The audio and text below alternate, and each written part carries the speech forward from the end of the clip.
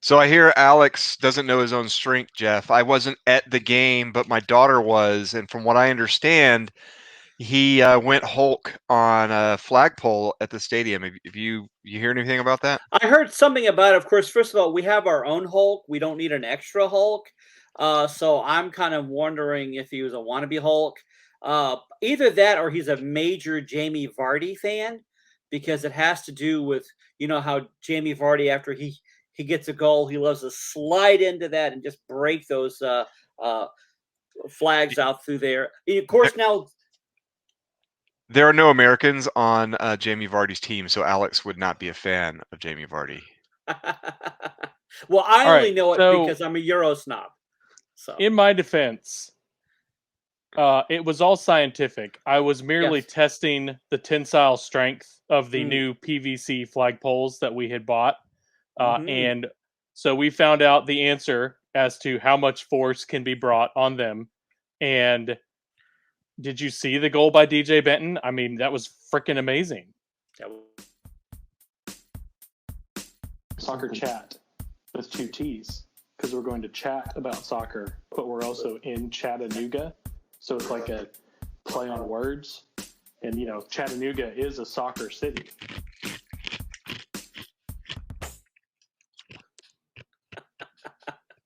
Welcome to Soccer Chat, episode whatever it is, 37,000 in season 4. I mean, we've got to be up to some kind of milestone, like 250 or something, since Who we started knows? 4 years More ago. than 20. More than 20. And We're all and as you may have figured out already, if you're listening to this, there was no live broadcast because we've gone back to our old traditional podcasting ways because of feedback from our fans. So thank you for letting us know that you missed hearing us on your radio as opposed to having to look at our lovely faces. Yeah, I think it's a request to not see us. And there's one of us, I won't say who, but it's been commented that his face is not right. And that could be a part. Also, I want to comment that this should air on Friday the 13th. So it is very apropos that it's our first unlive podcast in quite a while. as Adam said, thanks to both of you for chiming in and letting us know what you want. Seeing as we're recording this, I went ahead and I brought my Chick-fil-A sandwich up with me. So when you guys go on your hour-long diatribes, I'll just be over here munching on my dinner. There you go. So the beauty is that we are still recording this with video, so I'll be able to go back and take screenshots of Alex and make that the actual. There you go. There you go, right there. That's it. gold Thank you. right there. It's gold. Yeah. So for those of you that didn't get to see, just go take a look at the picture that is the placeholder for this episode, and you'll get to see Alex enjoying his Chick-fil-A. So, all right. So let's jump right in. Put this on YouTube, Yeah. just so people know. We'll still have video on YouTube if you want to watch it there, or you can. It just won't be live. Listen on your favorite. So we have to wear platform. pants. So we still have to wear pants. Okay. All right. Yes, now, for our sake, because we can see you, Jeff. Yes. We can see you. All right. So let's jump right in. I was not actually at the stadium. My son had a academy tournament in Nashville, and congrats to them on. Well, they finished second. They went They won 7-0 in their first game, 9-0 in their second game. They lost 3-2 in their final game on a goal scored with 15 seconds left that would have gone to PKs if the goal didn't get scored. So, yeah, and it's one of those heartbreakers as a dad because you feel really bad for the kid because the ball went through the kid's legs and he's a young kid in goal and that just hurts and you can see him being choked up. So you're doing everything you can to be like, no, you're good, great game, but at the same time, you're like, man, I would have loved to watch PKs because that's just fun. But no, the kids had a great time and played well. And so, yeah, that was fun. But at the same time, we rushed back from there. That game was late, and we rushed back to watch the match on our that second game on Saturday, to watch it on the hotel. And it's just not the same. Like you get to see the crowd, but you don't really get to hear it as much because League One likes to put the microphones facing away from the fans when doing Red Wolves games. So tell me a little bit about what it was like at the stadium. It was a slow start to the game, and conceding the goal in the first 15 minutes kind of had everyone a little tense and a little anxious, I would say, kind of quietly anxious, looking for what's going to happen. And then when we scored the first goal, a fantastic team goal, it really lit the fire. You saw the team react as well with a lot of emotion, and so the whole stadium got rocking. And so I know it was a colder than usual evening, and so I think, and it was cloudy the whole day, and so I think maybe the threat of rain might have scared a few people away. It was not as huge a crowd as we have seen so far this season, but once things got rolling, and we tied our club record for goals in a game with the 4 goals. It was just as loud and just as exciting and just as rocking as it ever was. I do want to comment on that first goal by it was Stefan Lukic, and I joked about Jamie Vardy earlier, but he pulled a Jamie Vardy as far as just kind of howling at the crowd and trying to get us going, but he poked the bear or he poked the wolf, and so he was trying to shut us up. And actually, what he did is he got us. I think there are some people who got into it vocally earlier than they would have, and so we wanted to pay that back. And I think there's fans that remembered him and his behavior for the rest of the game. And every time they had a mess up, they let him know, and it was quite loud. May or may not have been a guy matching my description, screaming scoreboard at him all the way off the field. I would like to note, by the way, he did not bother to shake any Red Wolves player's hand. As soon as that game was done, he made a beeline for the locker room instead of standing up like a man and taking his beating after taunting the Red Wolves bench for his goal. Yeah. So did anyone else find that odd? Like, I know that there's a history with, Eamon Zaid and Kevin Salchek, but it's not like Markey ended on bad terms. It's not like, I don't really understand why their players seem to come in with a chip on their shoulder. Like, you guys have literally never existed before this year. You've accomplished nothing so far this year. So what the hell was that? Like, I didn't understand. Like, did the coach just like convince them that the Red Bulls are evil and you have to be a jackass to them? Like, I didn't understand their attitude at all. Yeah, it was. I don't know if it really conveyed properly just how much of jackassery there was on the pitch on the TV, because they didn't cover everything, but it was yes, celebrate, but it was trying to get into our bench players and our fans' faces, and our section got as loud as they ever have. And especially when Stefan was making a mistake, they really dug into him as much as they could. Yeah, I don't know. It was odd from this perspective. The other thing that was interesting or disappointing is that goal, the first goal that you referred to as the team goal. Man, I wish that League One would have had that replay that was taken by the Red Wolves to show how amazing the assist from Aaron Lombardi was on that goal. Oh yeah.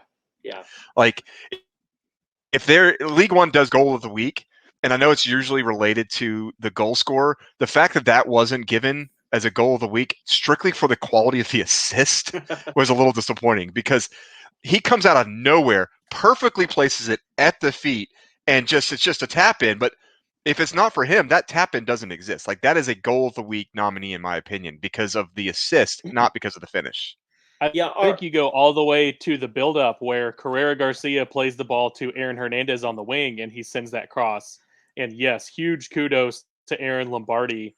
And, how many times have we seen no one be in the 6 or no one, in the box at all for that ball to go scooting just across and be safely herded away by our, opposing defense? But Teixeira was there, and he poked that thing in. And, I'm sure it was a great feeling for him to finally get his first Red Wolves goal there. You're talking about goal of the week. I feel like all 4 could have been nominated. His second goal, where he's kind of leaning backwards and puts that ball right under the crossbar off of the corner. headed by Lukic. Take that. There you go. And even DJ Benton running free and heading the ball in the goal in the first half. That second goal was pretty good too. And then, of course, Carreras that got nominated is, I think, worthy. Well, our creativity this year has really amped up. I think we had moments of creativity last year, and then at the tail end, it started to dry up. Wasn't quite hitting everything when we first started, but I think this past match, it was interesting to see how Coach responded, rather than play a Burnley and just try to slow the game down and try to do non-football and grind out another goal. He just pushed harder and we pressed harder, and instead of throwing everyone in the back. And it was very exciting to watch, but it was also the fact that we, on a game like this last Saturday, I wish it was like this every game, but a game like this last Saturday, we can come at you from any part of the pitch.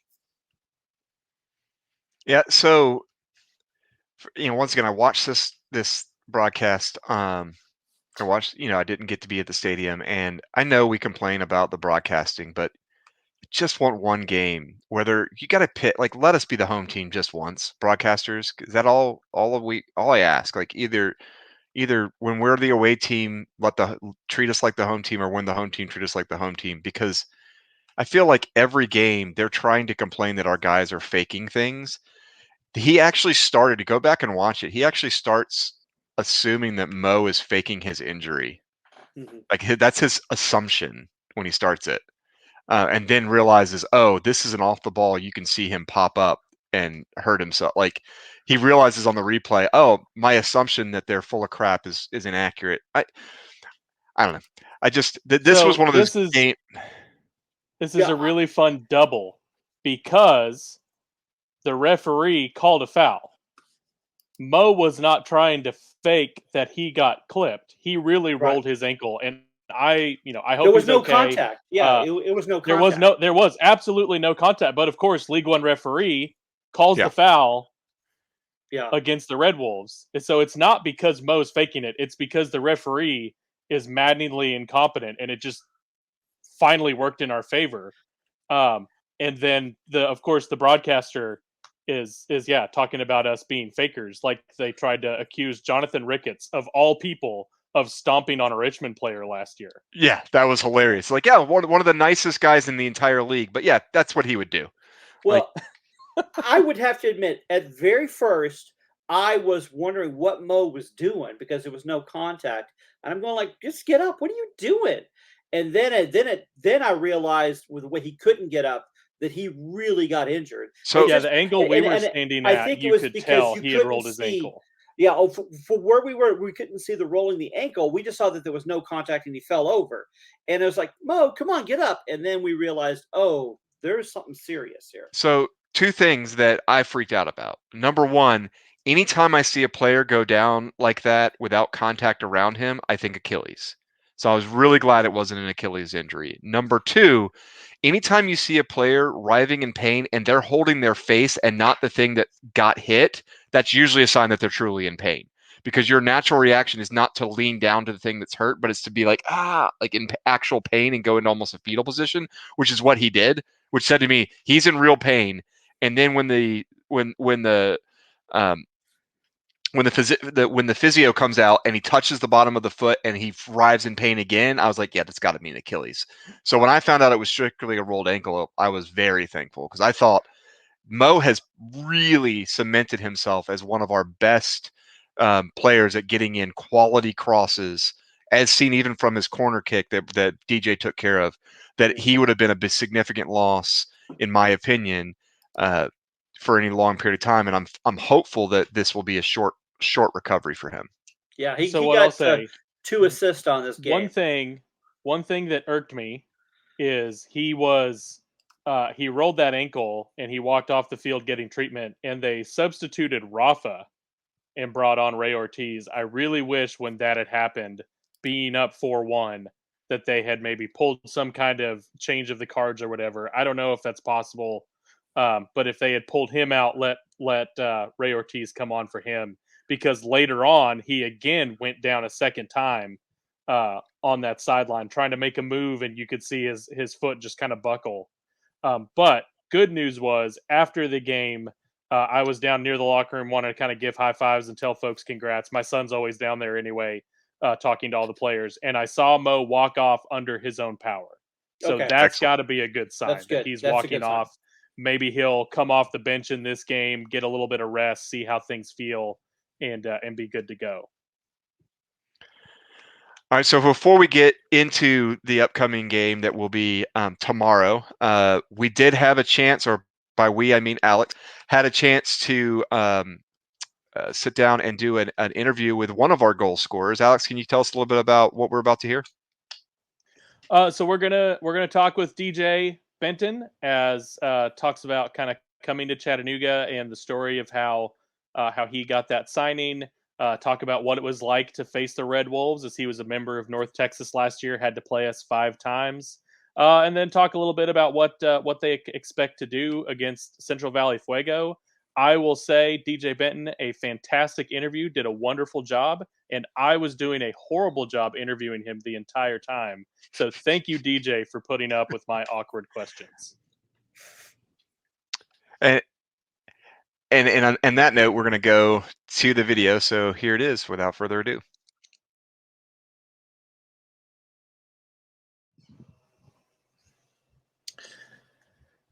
So Alex here with Red Wolves goal scorer DJ Benton joining us. Thank you so much for taking the time. How you doing today? I'm good. How are you? Doing well.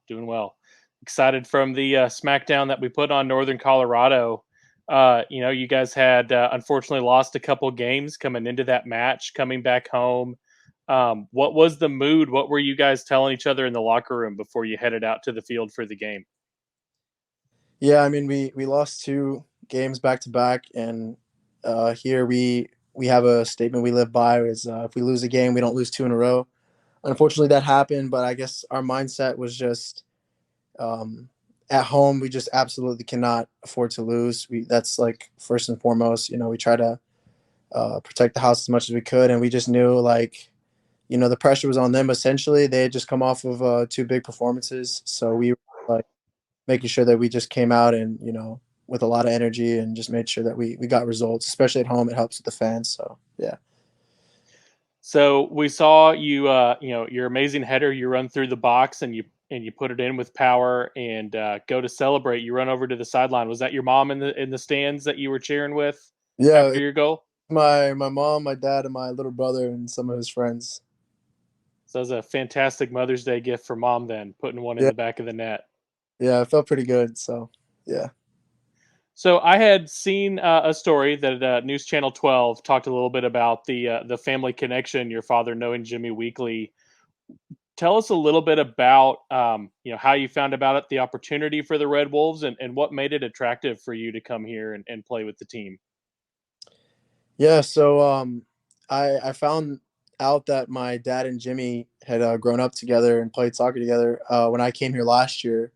I played for North Texas last year, and we were preparing for the game. It was the day before the game. We were training at the stadium, and Jimmy is in charge of making sure the gates will be open for us and we have access to all the gear and all that stuff. And I guess he just recognized me. I was just walking up, getting ready to go to the locker room, and he just kind of came up to me and was just like, is your dad William Dishman? I was like, yeah. And he's like, yeah, he's a great guy. I grew up with him. And it was a small conversation, but I had no idea. And I told my dad. My dad, I think he kind of knew that he was in Chattanooga, but he didn't know exactly with who and whatever. But yeah. And then when I found out that I wasn't going to be with North Texas at the end of the year, I had a few, options as to, what the next move was. And this was a really an attractive option. They really showed interest and really made it seem like, they would love to have me part of the team. And Jimmy was a big part of that too. He kind of helped kind of influence Obleda to, get me out here. So that's kind of how it all happened. So, and you've had a chance, you've played basically in all the games. You've played a couple different positions. So how have you been adjusting to Obleda ball? I think I've been adjusting all right.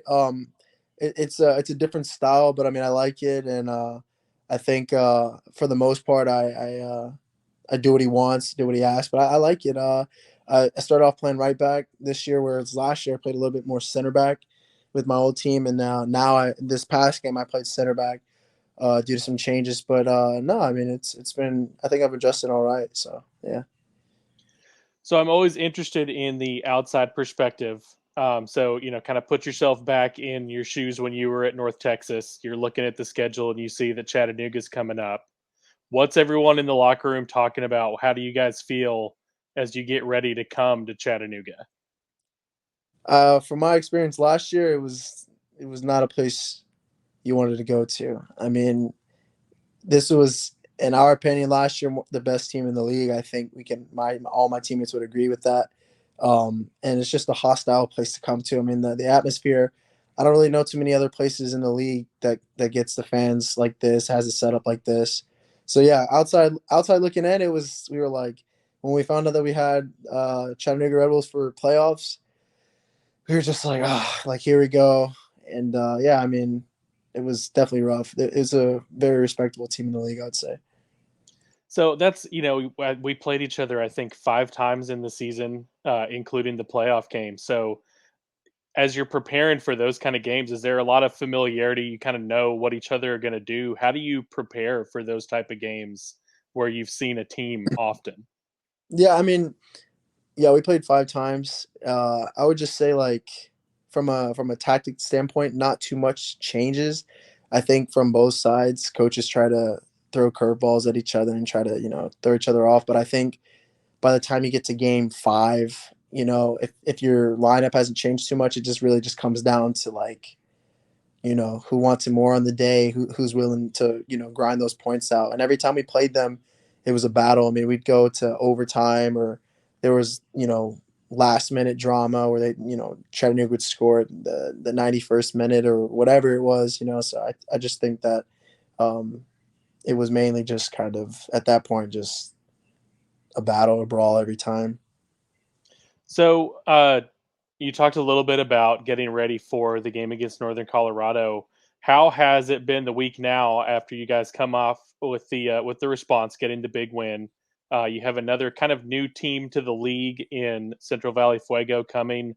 What do you guys know about Central Valley, and what are you guys looking to do as you get ready for the next game? Yeah, so yeah, we've just been focusing on this upcoming game. I know a lot of the guys in the team, on my team, are from Cali, so they know a lot of those guys out there. They're located in Fresno, California, I think. And I mean, our coach Obleda said it earlier this week. I mean, he said they're kind of like our twin brother. I guess we play a lot similar to each other, and they have a lot of technicality in the midfield. I mean, they're a lot like us. They have a lot of bite. So yeah, we just been kind of focusing on how we want to approach that and just make sure that we can get as many points as home as possible. But yeah, it's another respectable team, and we just hope that we can get 3 points. Watched their game last weekend against Greenville, and I make jokes about referees getting bonuses for yellow cards, and I think the yellow card bonus is probably going to be in effect in this one. Some high tempo, tough challenges. When you're out there kind of mixing it up, do you have that sort of thing in your mind, like you want to go in physical and send a message, or is it Yeah, just kind of how the game develops? yeah. I mean, early on, I mean, you definitely want to set the tone depending on the opponent, especially if there's a little bit more of like a rivalry or whatever it is. But you definitely don't want to go into the game and then kind of just let them be the first to strike. But no, you start from the beginning with bite, and then the game kind of just takes its own form. But yeah, we try to from the beginning let teams know that we're here to play and come with that intensity every time. So yeah. So Carrera Garcia got nominated for goal of the week with his free kick. You had your header. David Teixeira had 2 awesome goals. Were you guys kind of, politicking with each other over who maybe got nominated? No, I mean I haven't really. I'm they've scored more goals than I have. I mean I'm just happy to really just help the team out. I mean, do I think my header was pretty nice? I mean, I'll say that. But no, I'm just happy. I mean, we had 4 guys on team of the week. I think we have guys every week make team of the week, so that's good. I think this is the most that we had was 4. I'm happy that Carrera could get on the score sheet finally, and yeah, I mean, our team has a lot of different goal scorers. It's not just the same guys every time. So that was great. And scoring 4 goals is even better. So, yeah. So most people look at goals and assists when you're playing in the games. Is there a stat, especially someone that's playing, primarily on the back line? Is there a stat that you try to look at to say, I want to make sure that I'm doing this in the game? I mean, I tried to, when I was playing right back, I would, the most important thing, I guess, is I'm a defender first. So clean sheet, like we don't want to concede goals. But obviously, I like to, have exciting soccer. So I'd like to get in the attack and try to get assists and goals if I can. But yeah, I'd say most importantly is the clean sheet. Then after that, if I can help contribute to the attack in any way, then I'd say assist and goals come after that. We're gonna have to cut a little. I'm gonna make Adam do some editing because I'm pulling a blank at the moment. But so as you guys get ready for the game against Central Valley, who are some of the players that you think are going to make a big impact with the Red Wolves as you go into that game? I've heard of a few players. I hope I don't butcher their names, but they have a striker. I think his last name's Cheney, who he's posed a threat. I think they have a winger named VJ. Just a lot of experienced guys. They have a holding mid. I think his name's Ozzy Ramos or something like that. So I'd say those 3 guys are the names that have been brought up to me: that holding mid, that winger, and that striker. They're all starters. They've all played at high levels and they're experienced, great attackers. So I think that those are the people that we've been told to look out for. And yeah, we just kind of train accordingly and make sure that we can do everything in our power to see that those guys don't get on the ball. And yeah, it's pretty much that.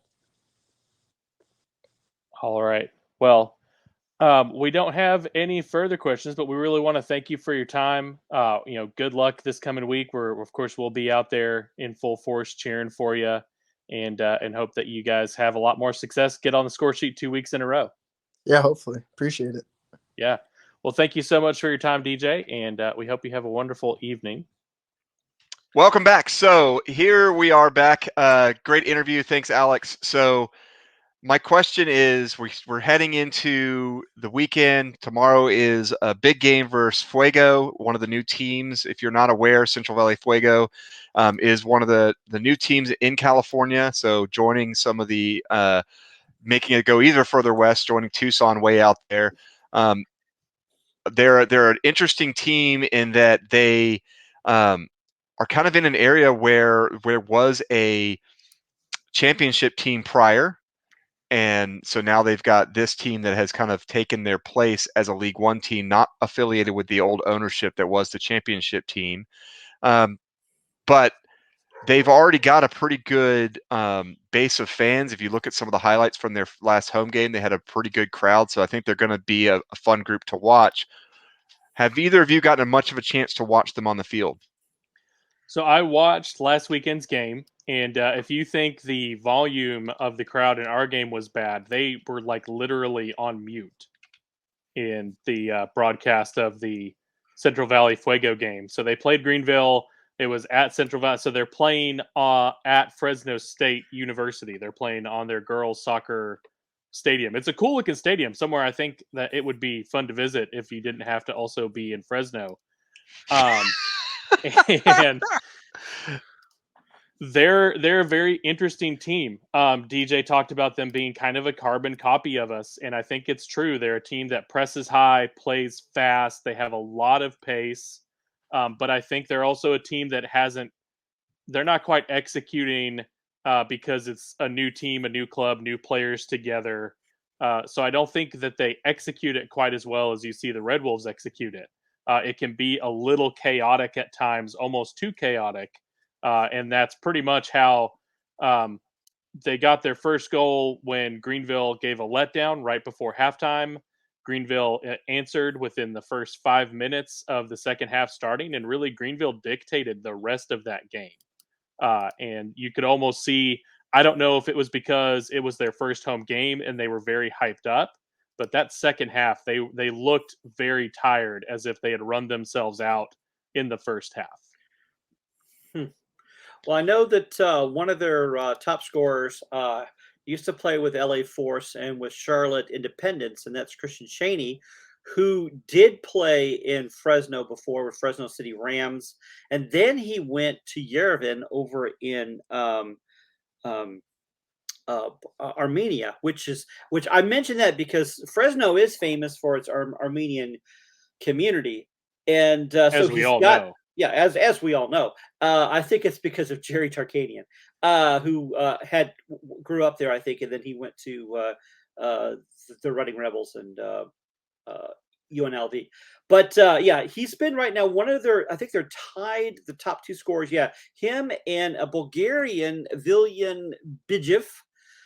So far, they're the top scorers. They started off pretty hot. They've had a record. They've only had one home game, which they've not won. But Would on you the road, say they were in Fuego? in Fuego, Oh, they're in Fuego on the road. It looks like they're one. Sorry, there are 2 wins, 1 loss, and 2 draws at away. No, sorry, 2 wins, 1 loss, and one draw away. But they've only had 1 home match, which it looks like that was a draw. So they haven't had a lot of chance to play at Fresno State. But they started off. I think I'm going to go to the schedule here. I think they not only do they have they had some pretty commanding wins so early on. they beat Greenville 2-0. Yes, that got my attention. They beat El Paso Locomotion in the U.S. Open Cup 4-1, but El Paso did get a red card in that game. It was in the 58th minute, so it was one of those where they already had a 3-0 lead when that red card happened. So that's a pretty commanding win over a championship team. As everyone, not one of the best championship clubs, I will say. No, they're not. But and as everybody does, they had a high-scoring game with Charlotte Independence. Charlotte is really good at scoring, not so good at defense. So 3-3 was that game. They lost 3-0 to Union Omaha, who is a very interesting team this year because they are either really good or really bad. It seems to not. They seem to go both directions. As everyone does, they beat Forward Madison, and then they tied Greenville. So they've already played Greenville twice, which is weird about our schedule, right? But it's been very, like you said, it's been very up and down. I think is a fair statement. One thing I want to say about this team: have you guys seen who their coach is? And what his history is? I can't think of the name. He is Martin Vasquez. An impressive player, one who I know they were saying he has played for both the Mexican and U.S. national teams. And has a pretty impressive coaching record as well. Yeah, Bayern Munich assistant, Chivas USA, Real Monarchs. He was an assistant at Dynamo. He was an assistant under Klinsmann for the U.S. team and under Klinsmann for Bayern Munich. Wow. So he's got quite a pedigree when it comes to coaching. He didn't have the best record at Chivas. 8 wins, 4 draws, 18 losses. So not the strongest there. I don't know about what he did at Real. I can't find those stats, but that's still a pretty impressive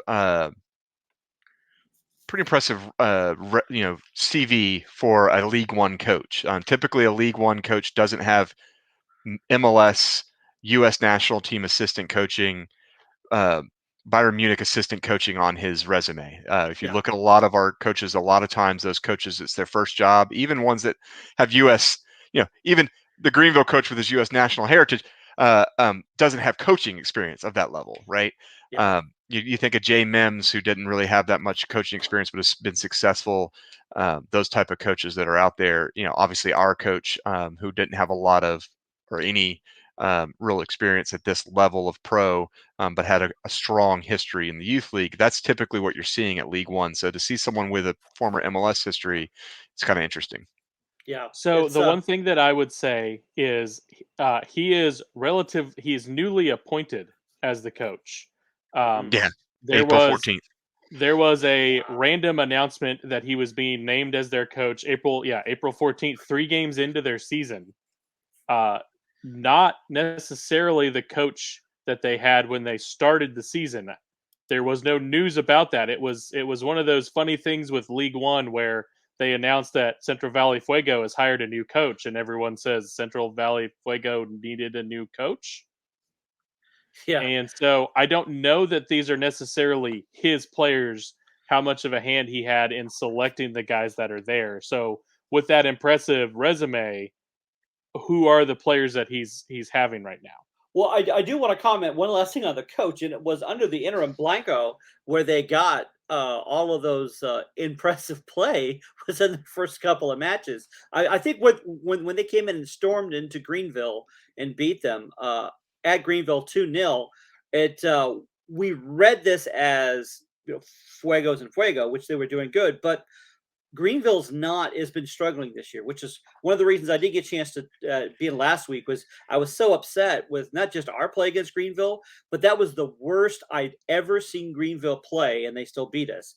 So it's interesting. We talk about the pedigree of the coach, but in their form, kind of has slipped a little bit.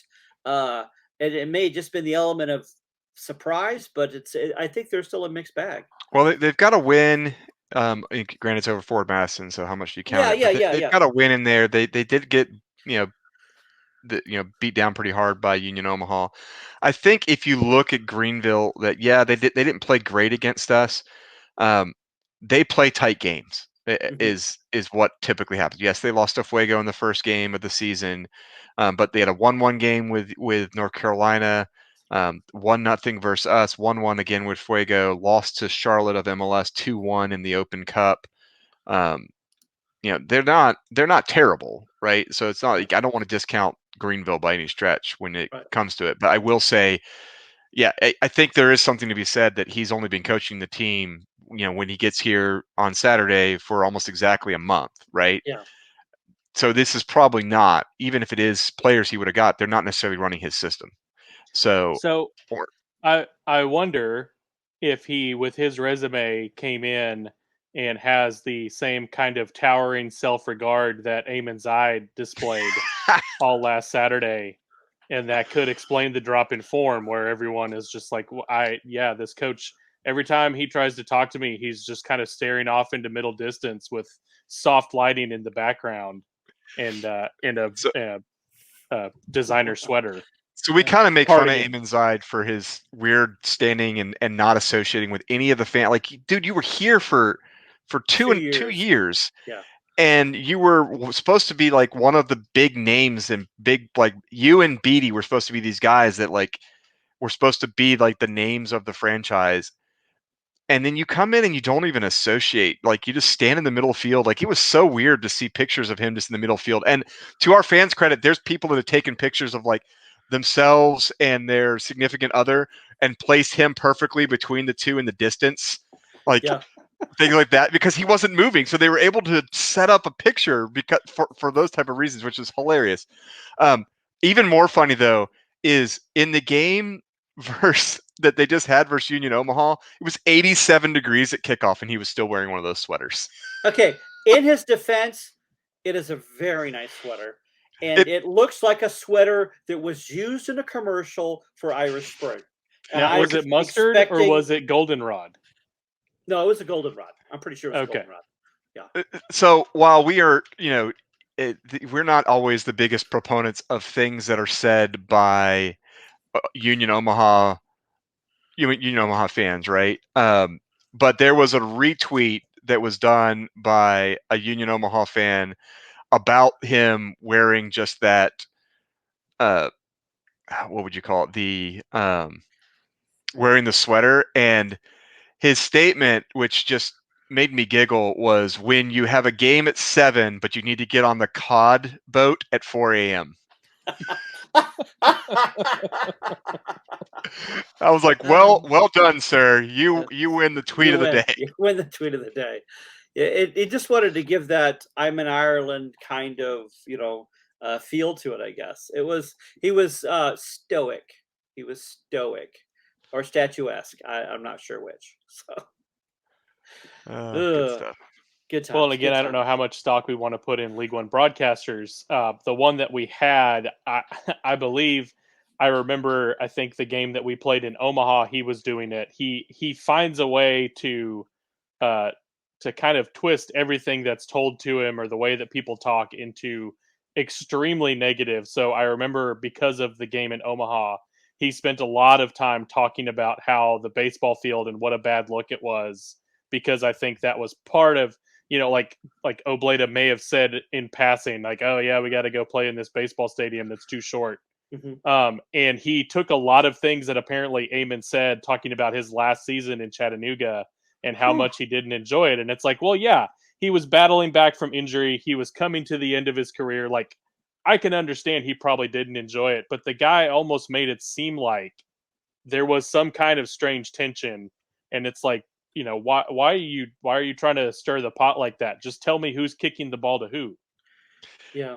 Yeah, that seemed like that was one of his intent, was to constantly act like there was this massive tension. And let's just be honest, Eamon's kind of a entitled prick.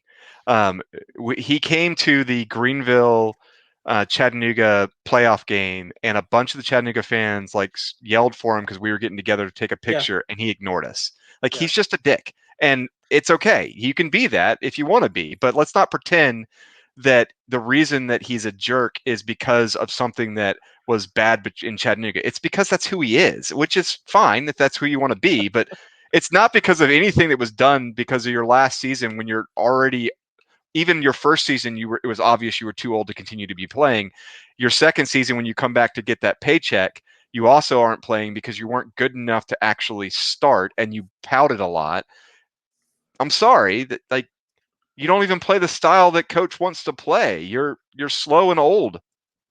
It's fine. That's why he won't let me play either. Yeah, you were like it's not like other people were knocking on his door the next season for him to come play, right? Like your last season was here where you didn't play much, and then no one else wanted you.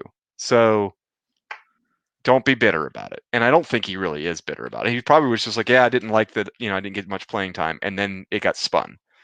But he's also kind of a jerk. So if he's complaining about it, then more than likely they're spinning his jerk statements, because that's just who he is. And I can say this because he's not going to listen to us. Well, unlike okay. John Harkes, who listens all the time. All the time.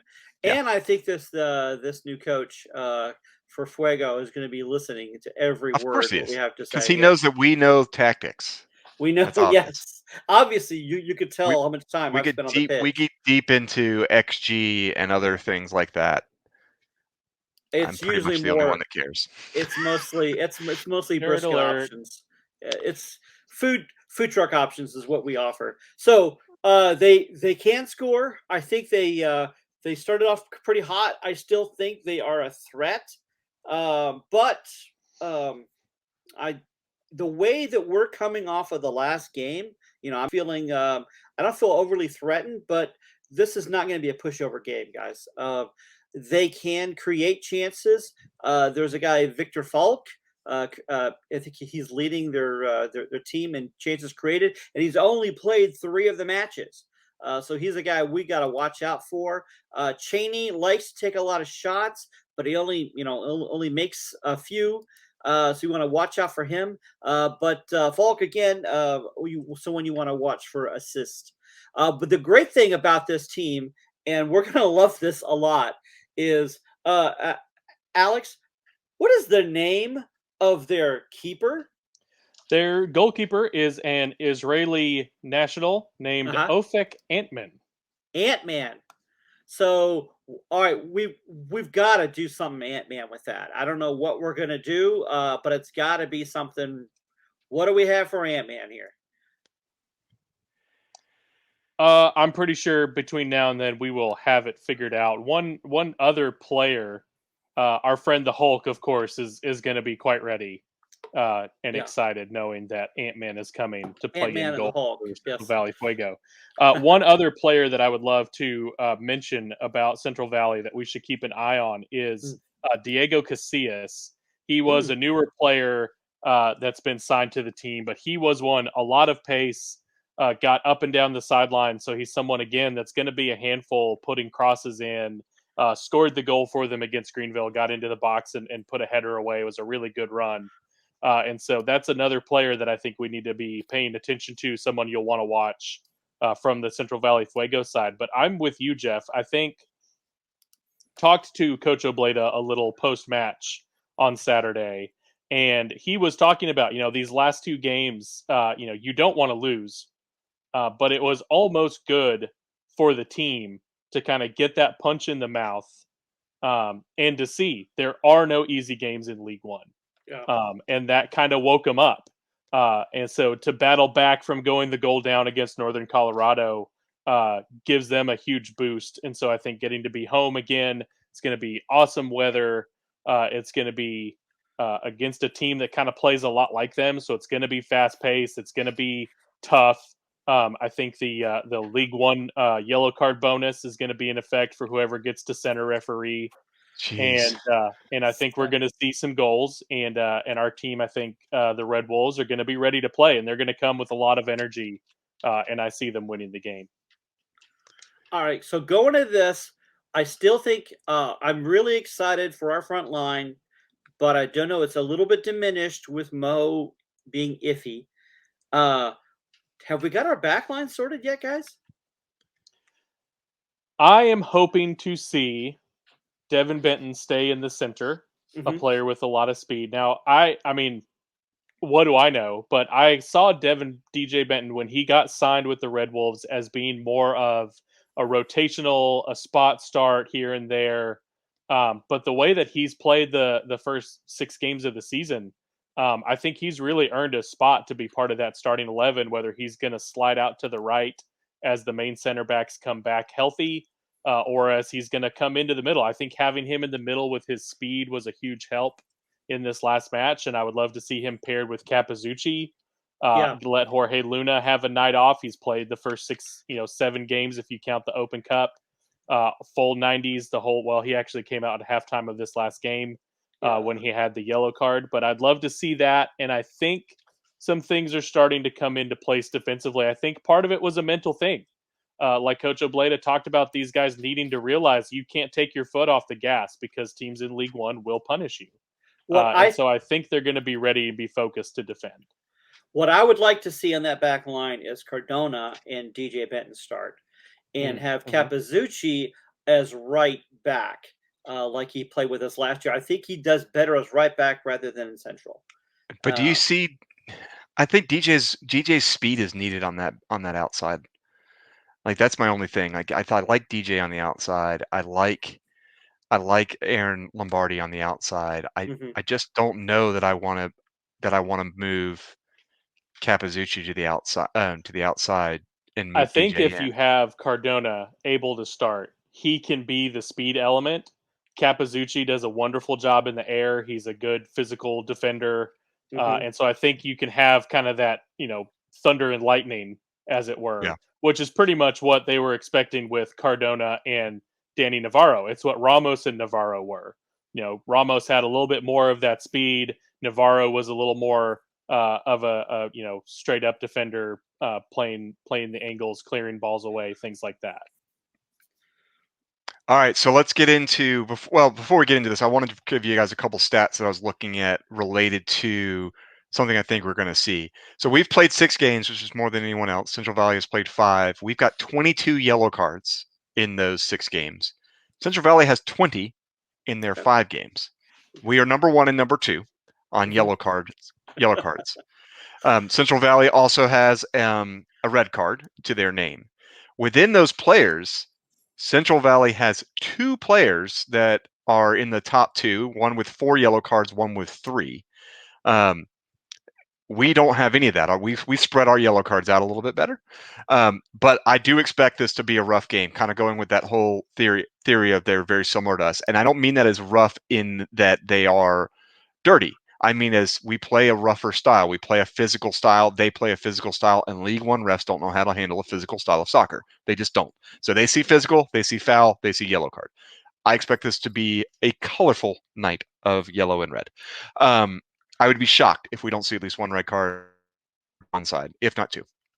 That said, what is your guys' prediction for the actual score of the game? I'm going to go for a 2-1. I'd like to see a 2-0 and get a clean sheet, but I'm expecting Fuego to pull one in. Hopefully, it's not going to be like our goal against us at the last game, which was preventable. I do think Avila's at the last game played his best game, but I got to say we're going to get at least 2, and hopefully I'm under picking that. But yeah, I'm going for 2-1. 3-1 good guys. So I'm going to go that this will be another high scoring game. I'm going to go 3-2 good guys. And I am looking for a late Galindrez goal to win it. I also want to note that I doubt this will be nearly as much of them screaming at our fans, because I don't think they'll come in with any reason for a chip on their shoulder. So it could be a fun 3-2 versus a, golly, I'm so glad they're leaving 3-2. So, all right. So I thoroughly enjoyed that 4-1 victory. Yeah. It ended well. I loved how the game ended, actually. It was wonderful. Yeah. All right. So the other thing that's going on, it's actually going on tonight, right now, and I was hoping to be able to find what's happening with it. But their U.S. Open Cup has been continuing. There were 4 USL League One teams that moved to the last round. Of those 4, 2 of them played each other in Northern Colorado and Union Omaha, with Union Omaha winning that. Richmond and Tormenta both got beaten by MLS teams, as you would expect a League One team to get beaten by MLS teams pretty handily. Tormenta was actually in it in the second half, and then ultimately lost it. Richmond basically just got boat showed. It was slightly depressing for them. That said, Union Omaha moves on to the round of 16, and the draw for that round is going on right now. As we speak, we're recording around 8:30 on a Thursday night. My question to you is, as a League One fan, of a League One team, do you root as a fan of the league, or are you like me and want them to get beaten 9-0? Wow. I would have picked Union Omaha to want to go down normally, but I got to say, in one game, I think Northern Colorado has replaced their place as that special place in our heart. And I actually was rooting for Union Omaha to beat, and I was disappointed that they had to go to penalties to beat the Hailstorm. I guess it depends on who they play, but part of me has that mindset that I want the League One to do well, and it's a reflection of the entire league. And last year, I would have said, yeah, bring Union Omaha down, but I hate them a little bit less than last year. That could change, though. I have lots of room in my heart for hate.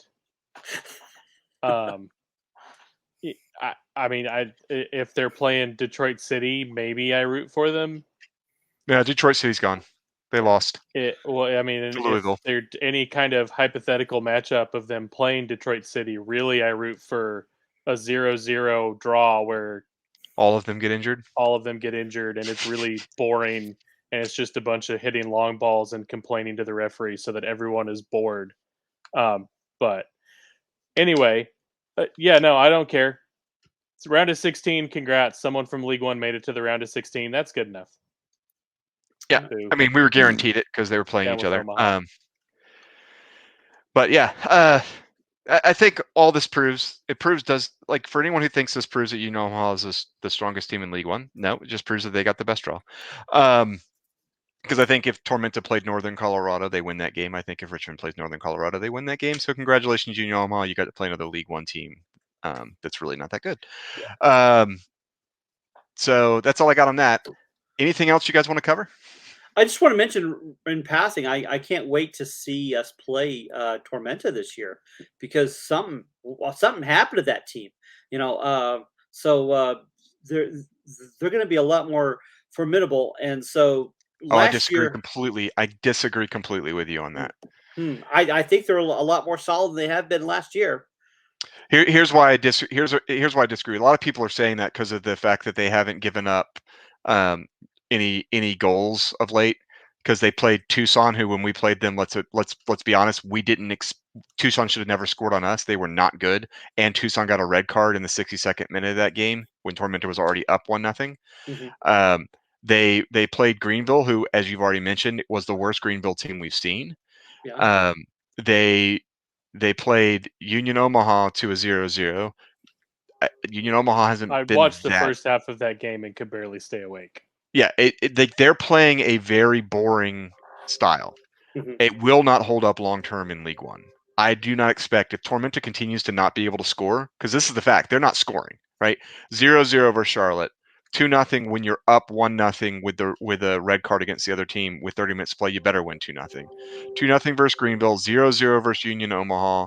Like, I'm sorry, like they're not boat racing anybody. I would be shocked if they go versus. I bet North Carolina beats them on Saturday. I think Central Valley Fuego beats them the following Saturday. They might beat Tucson. Then I think Richmond beats them. I think they're going to lose 3 of the next 4, and we can stop acting like they're good. And yet, with only playing 5 games, they're at 8 points compared to our 10 points at 6 games. So, well, my point is, I think that they have improved over in the offseason because last year they were absolutely dreadful. Not saying that they're the best team in the league, but I think they are the team that's I could see some of the biggest improvements from last year. I'll be shocked if they make the top 6 from watching them. Like I would really be shocked. Like I expect us to. I expect after watching Charlotte, I think Charlotte will. I think Richmond will. I think ultimately you're going to see Greenville turn it around. I think you're going to see Union turn it around, and it's. I just don't see them making even the top 6. But maybe I'm wrong. We'll see. My heart breaks when you bet some talk brisket. about that because we are. Oh, I'm in on that. I'll share brisket with whoever the winner is. My heart breaks thinking about our 10 points in 6 games and how we could easily have 15 Yeah. points Yeah. out Agreed. of those 6 games if we really played up to our potential. And I think having those setbacks, like Coach Obleda talked about with me after the game, having those setbacks is going to really focus this team's energy. And so I think the month of May and the month of June are going to be really exciting. Agreed. All right. Well, we've had people listening to us for over an hour now, including your interview. So, anything else we want to cover before we? Microfast Biggleswade report. Biggleswade United is back in the Spartan South Midland League. Everybody, congrats! This is Sparta. They had moved to a United Counties League, which so basically sort of like how Dalton Red Wolves are in a Southeastern Regional Conference as that amateur team that they have. Biggleswade was in one that basically forced them to say they had to play teams in like Southern Indiana and Kentucky as opposed to getting play teams around Georgia and South Carolina and North Carolina. And now they're back in that Spartan South Midland League that has a lot of natural rivals, a lot of really close travel so that fans can make the trip. It's easier on these players who play part-time. They have real jobs before they go play with Biggleswade United. So congrats, Biggleswade United. Welcome back to Spartan South Midland League. And that is your Biggleswade report. Wow. And on that note, bye. Bye. Oof, that was bad. That was good, but yet beautiful. This is delicious.